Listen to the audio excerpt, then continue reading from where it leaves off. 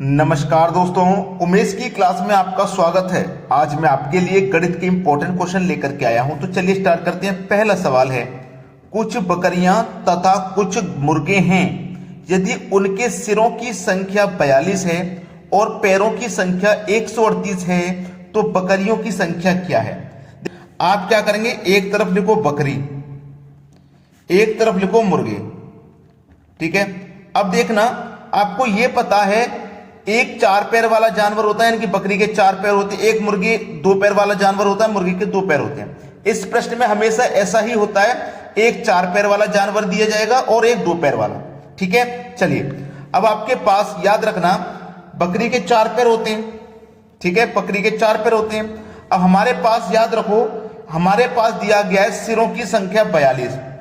तो 42 का गुना आप क्या करोगे, 4 से कर दोगे। 42 का गुना 4 से करोगे तो 4 दूने का 8, 4 चौकू 16, 168 हो गया। हमने ये सिरों की संख्या का मल्टीप्लाई पहले बकरी से किया है तो बकरी के नीचे लिखेंगे। अब इन सिरों की संख्या का मल्टीप्लाई मुर्गे से करेंगे तो मुर्गे के नीचे लिखेंगे। 42 का गुना 2 से करो, 84 हो जाएगा। ठीक है, और इनके पैरों की संख्या टोटल कितनी है, 138 है। बस एलिगेशन मेथड लगा के क्रॉस अंतर कर लीजिए। 84 138 का अंतर कितना आ जाएगा, 54। 168 138 का अंतर कितना आ जाएगा, 30। कटा दो, ये कटेगा 2 से 15 बार में, ये 2 से कटेगा 27 बार में।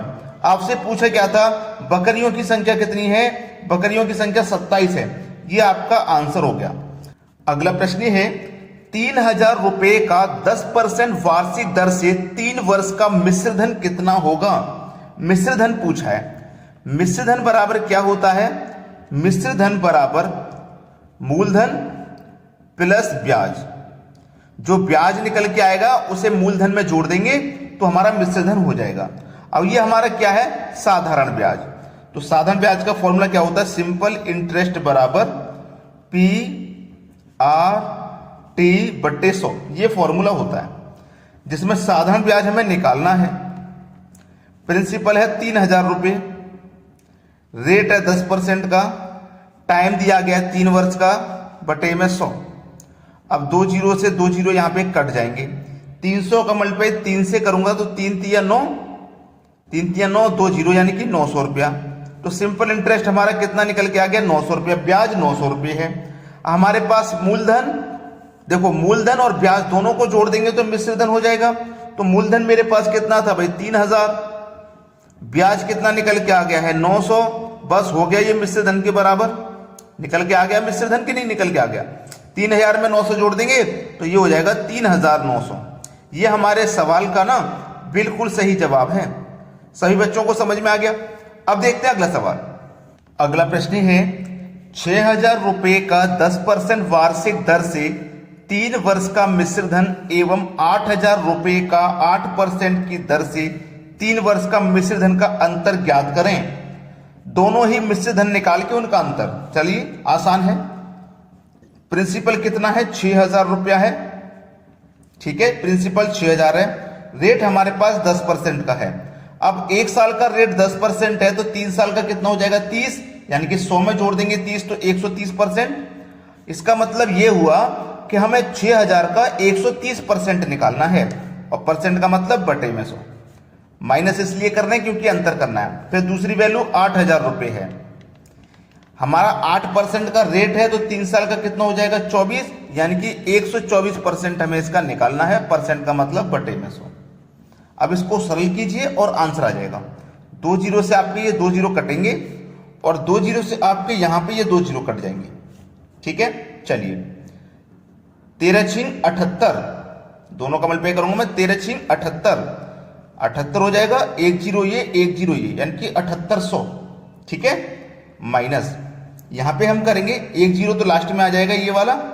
8 चौक 32, 32 का 2 हासिल लगे 3, 8 दूने का 16 में 3 जोड़ दो 19 हासिल का फिर से 3, 8 एक कम 18 और 3 11, यही तो निकल के आ जाएगा। देखो 8 का मल्टीप्लाई मैंने 124 से किया, फिर से करता हूं, शायद कोई गलती हो जाए। 8 चौक 32 का 2 हासिल लगे 3, 8 दूने का 16, 16 में जोड़ देंगे 3 तो 19 हो जाएगा। 19 का 9 हासिल का फिर से 1 हासिल का 1 आ गया। 8 एक 8 हासिल का 1 जोड़ेंगे तो 9। यहां पे दोस्तों 9 आएगा, ये 11 नहीं आएगा, 9 आएगा। मुझे लग रहा था कोई गलती होगी। अब इन दोनों का हमें अंतर करना है, तो अंतर का मतलब है जो ज्यादा बड़ी संख्या है उसमें से छोटी संख्या को घटा दो। ये 9920, ये 7800, तो 9920 में 7800 काट दो। 9920 में से 7800 को कटा दीजिए। 0 2, 9 में से 8 गया 1, 9 में 7 गया 2, यानी कि 21 20। ये आपके इस सवाल का बिल्कुल सही जवाब हो जाएगा। अब देखेंगे अगला सवाल। अगला सवाल है 10,000 रुपए तक कितनी संख्या हैं जो 21, 35 एवं 65 से पूर्णतः विभाजित होंगी। कितनी संख्या 10,000 तक, केवल 10,000 तक बतानी है, उससे आगे नहीं बतानी। जो 21, 35, 65 से डिवाइड हो जाए तो हमें करना क्या होगा, 21, 35 और 65, 21, 35 और 65 का एलसीएम लेना होगा। भाई 21, 35, 65, 21, 35, 65 इन तीनों का हमें क्या करना होगा, एलसीएम लेना होगा।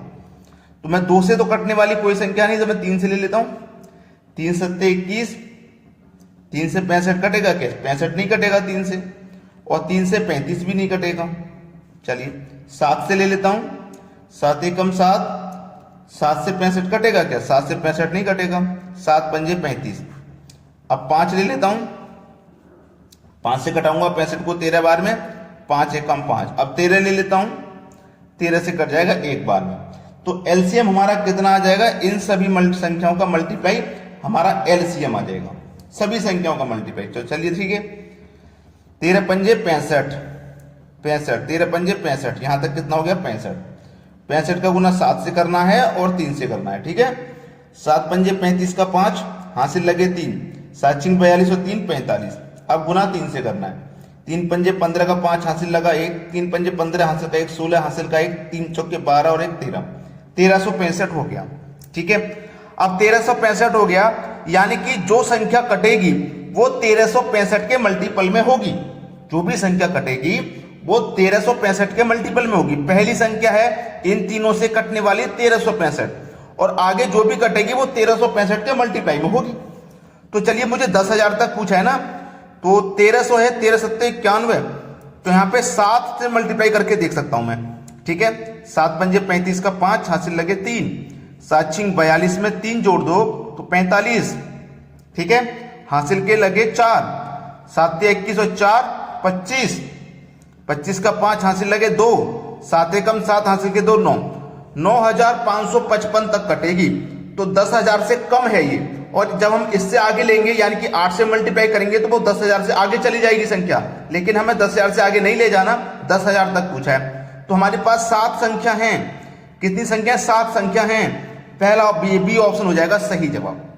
क्लियर है भाई, 21, 35, 65 से कटने वाली हमारे पास 7 संख्या 10,000 तक, ठीक है। पहली संख्या 1365, तो आगे आने वाली भी संख्या 1365 के मल्टीप्लाई में होगी।